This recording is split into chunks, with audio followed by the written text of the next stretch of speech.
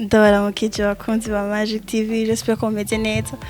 Twe tumeze neza, muri kumwe na Keke Claire Agateka. Amanganiye n'umuntu anako ari ibintu bitoje.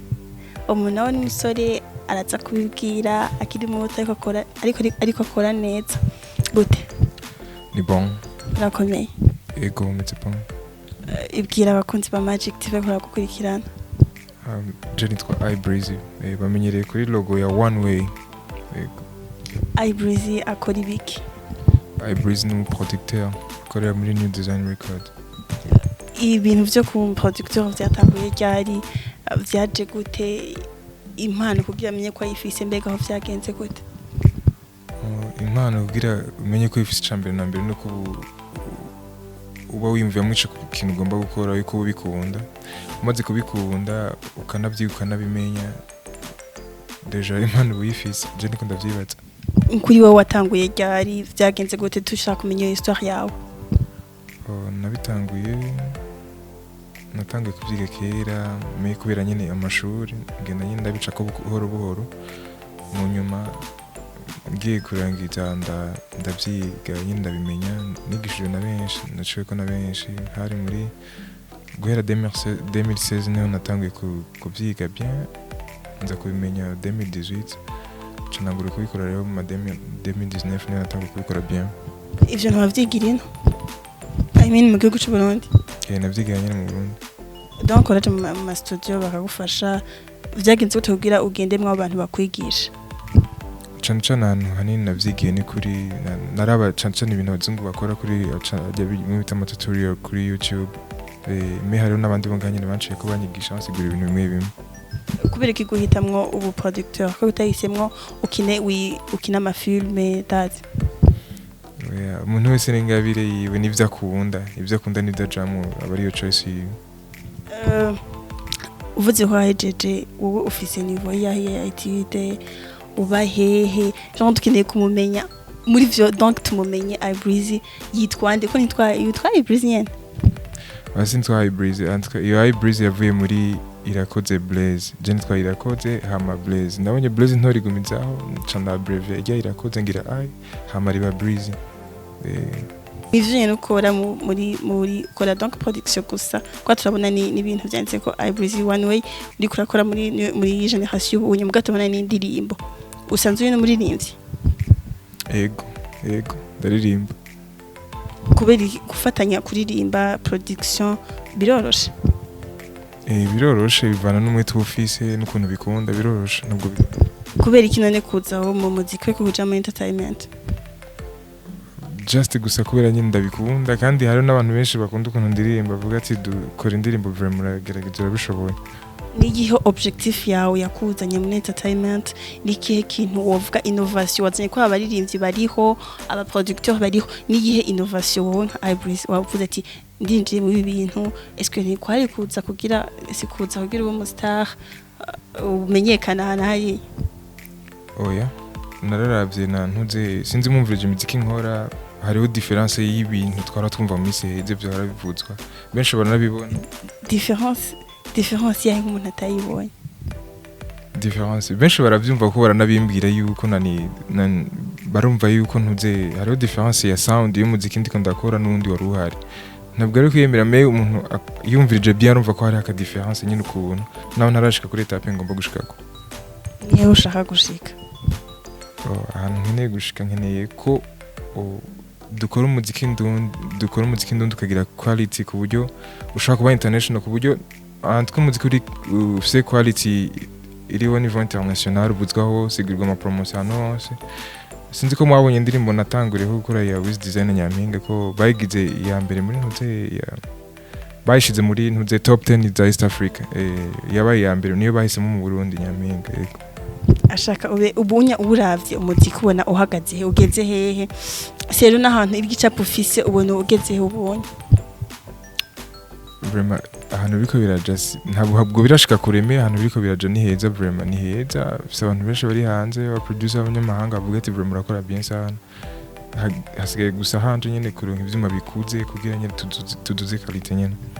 Mbega nka iBreezy ibikorwa vyo yuko yamenyekana, turumva indirimbo hanze ziko One Way, iBreezy on the beat, nawe turiko turabona yuko urakora mbega nike kintu ushaka gukora uzokora kuri promotion tumva baririmbyi benshi bidoga ngo twarahebwe wowe uri gukora gute nihe stratégie ubona uzokoresha kugira promotion ntuzoje twumva après excitant IBZ yagiye en tout cas Jesse ndaza gusubira inyuma ufise vision ufise tu veux dire ko abandi bose basubiye inyuma ta vision bafise hari umuntu hariho kudebukirwa barafise vision me baradebukiwe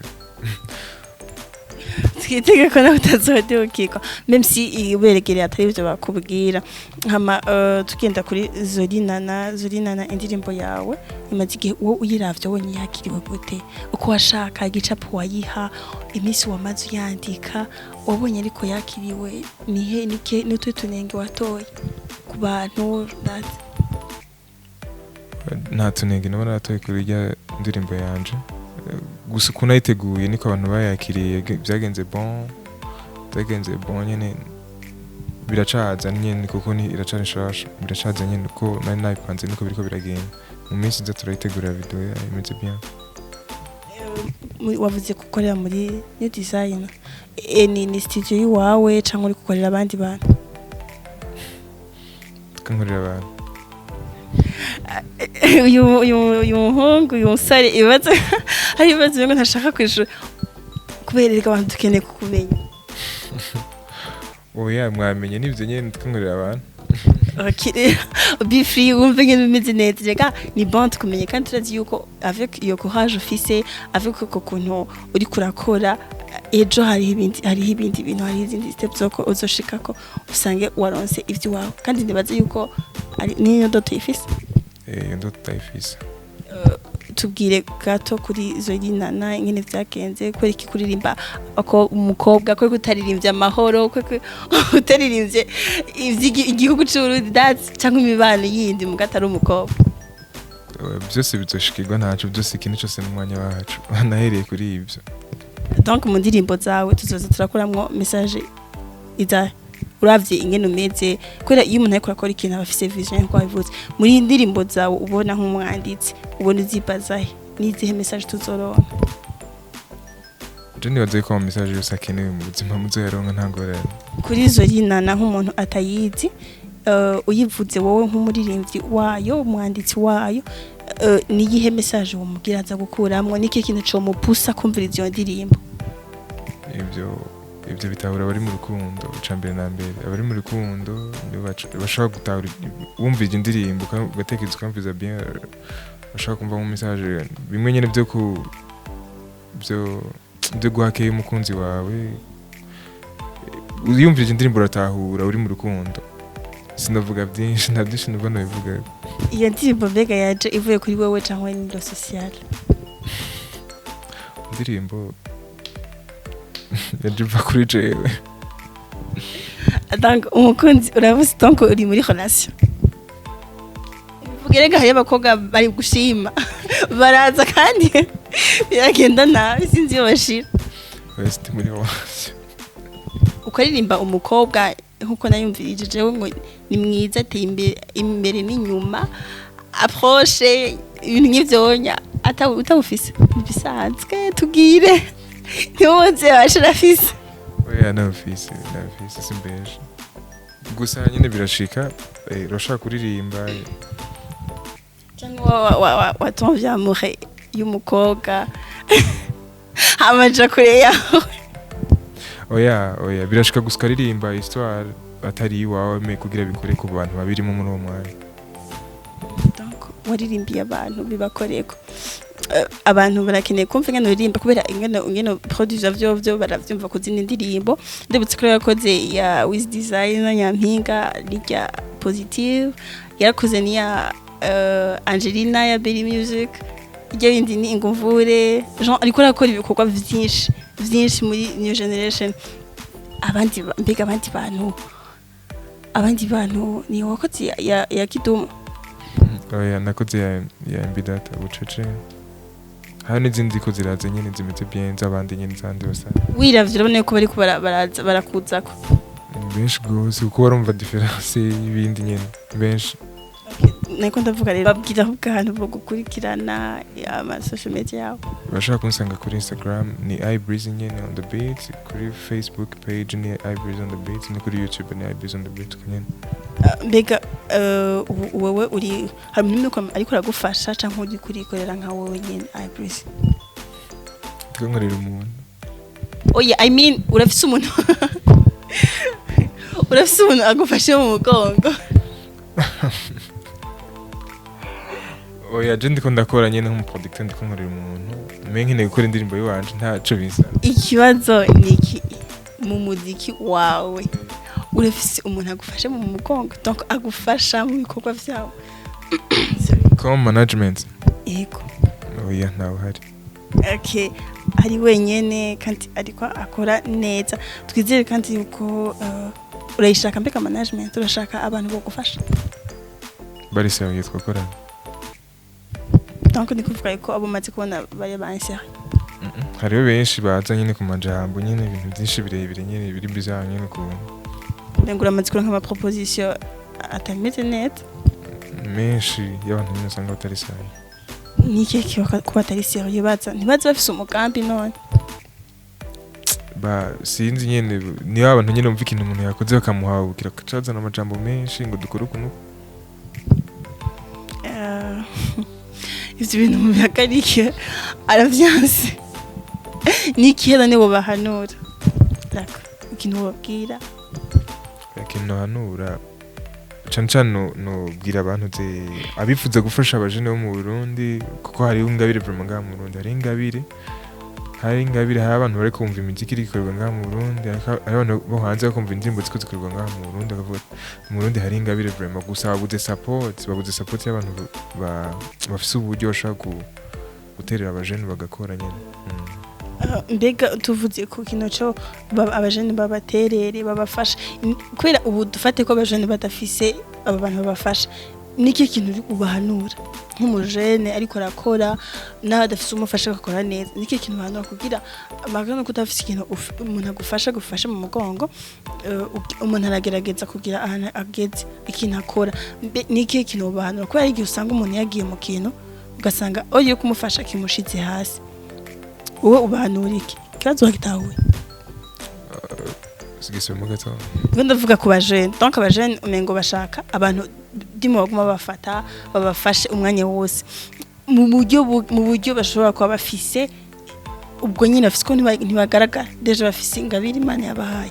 Niki kintu rero wowe babwira ibo batabafite? Nabafasha abanza kuba kwanza serieux. No umuntu akeneye ubafasha abanza kumubaza ati abanza kumwiga kamuraba yuko afise icyo ashaka gushikako, afise projet z'ibyo akeneye gukora bimeze bien, bashaka afise indoto zagomba kugera ukamwumviza bien, hamukabona ko ari serieux afise ingabire imeze bien hamugafashanya. Nibyo je nobwira abantu bari hanze, ntushobora gufata umuntu uko nyene ngo usinye contrat utabanje kumwiga, ubanze umenye intuze, ubanze umenye ibyo yiyumvira, kuko hari abantu benshi abaririmbyi nzi hamuntu arimba kubera ngo aronka abakobwa ngo biki ibintu byinshi nyene nk'ibyo kuryoherwa mu bajama nyene yumve yuko ari hiti gusa ntagirize ndo nico cisha abajene benshi mu Burundi gituma badatera imbere. Nico novuga vraiment abajene kwanza babanze babiserieux bamenye ikintu bako barakora, umuziki umeze bien. No bahaye ama example menshi y'abaririmbyi b'abana bo hanze bo za Niger muri Tanzania, usanga ari umwana afite 19 ans, duhere kuri Rema muri Niger, usanga ari umwana w'umu millionaire canke inoze bin umwana muto cyane me n'umu millionaire kuko afite indoto zashaka kugera. Me abajene biwacu benshi hari ibintu byabo nyene by'intuze maze kubumva benshi n'impamvu buzuko usanga afite ibyumviro ngo aririmbe ngo kubera ngo abakobwa baza ari benshi ngo runkunga ngo badada sinzi nyene ibintu nk'ibyo, antiko umuntu nk'uyo biragoye kumufasha. Mbega wowe wiyumviriye ino mu manager ubona iki? Mu manager umubona mwiki? Manager n'umuntu agutera ibyumviro bwa mbere na mbere, n'umuntu agutera ibyumviro abanza gufasha kuvyimviro ufise kwanza wewe, ni mu manager navuga hama kongera no muri moye ya financement nyene gagufinansa. Akubatse nahenzi ko ara amafaranga gusa. Aba twizeye ko ivyo uri kurashaka gukora ivyo urumva izo ndoto ufise zitazohereje kubera 6 ari ukuntu yica twizeye yuko rero uzoguma ufise ivyo vyiyumviro uzoguma ari huri donc uteze imbere umuziki ndundi hamwe n'Imana byose bizogenda neza. Amen rero usanzwe usenga he? Je ndi mugizwe n'umukristo. Good rero ugome no ku mavi bisengera wari kuvuga ko batekereza kuba abajene aba serieux. Est-ce que ikibazo kiri ku bajene gusa uravye nk'abakunzi bo muziki nta kibazo bafise? Abakunzi b'umuziki ndundi ikindi naco n'abantu n'abaririmbyi b'abarundi ugahanura n'abarundi abarundi antuka en general mu bafana b'abarundi nta kibazo cyo ndabona bafise gusa ikibazo kiri mu baririmbyi ikibazo gacari handi nyine mu baririmbyi abafana imagine nk'ubu habaye uzorabe show boganije show irimo Fizo ikabamo Satsby uzoraba abantu bahaza kora hari izindi nguvu zihari hagati ya collaboration y'abasani baba bazwe baze bakora ico kintu habe collabo habe ntuze habe show ya Fizo na Satsby muze muri abantu bahaza abafana b'umuziki barakunda bari imvye barundi me abaririmbyi b'abarundi bwabo nta runani bafise mbega ku kintu c'amabeef we uyivuga kwiki nigiki mbega ucitiki ubibona gute? Je ko ndabona beef sinzi ko nobivuga n'ibintu ntakunda sinshaka nuko navyinjiramo gusa borika amabeef baririmbyi b'abarundi bagakora bakarika ibintu byo kuvuga amajambo menshi sinzi ko nobibona uko nyene. Okay ndagushimire cyane. Merci nanje ndabashimira. Guys mukurikirane entre tubwiye amazina ukoresha atubwiye ni iBreeze nyene iBreeze on the beat kuri Instagram, YouTube, Facebook. Okay mukurikirane murabe ibikorwa vyiwe ariko akora neza kandi muzobishima eko hamanda bibwira mugire subscribe kuri channel yacu ya Magic TV murabe ibiganiro vyacu mu comment ubundi navyo ndabakunda cyane murabizi ciao tusiyo kindi kiganiro.